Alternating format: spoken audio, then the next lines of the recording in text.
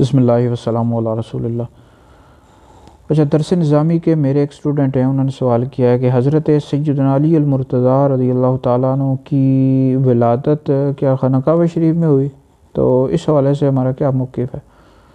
تو اس حوالے سے یاد رکھیں جی، اہل علم کا اس بارے میں اختلاف ہے۔ بہرحال ہمارا موقف یہ ہے کہ حضرت سیدنا مولا علی پاک رضی اللہ تعالیٰ عنہ کی ولادت خانہ کعبہ شریف میں نہیں ہوئی، اس پر بے شمار دلائل موجود ہیں۔ حضرت سیدہ ام المؤمنین خدیجہ الکبریٰ رضی اللہ تعالیٰ عنہ فرماتی ہیں کہ حضرت سیدنا حکیم بن حزام رضی اللہ تعالیٰ عنہ، یہ نبی کریم علیہ السلام کے صحابی ہیں، ان کی ولادت خانہ کعبہ شریف میں، اور تمام محدثین کا اس بات پر اتفاق ہے کہ حضرت سیدنا حکیم بن حزام رضی اللہ تعالیٰ عنہ کی ولادت خانہ کعبہ شریف میں ہوئی۔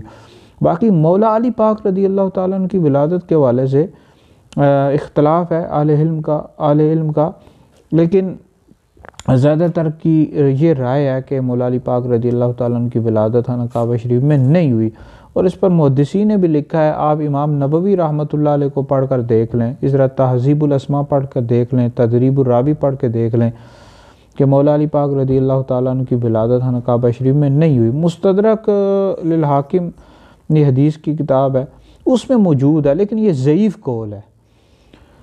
مستدرک حاکم میں موجود ہے، ضعیف قول ہے۔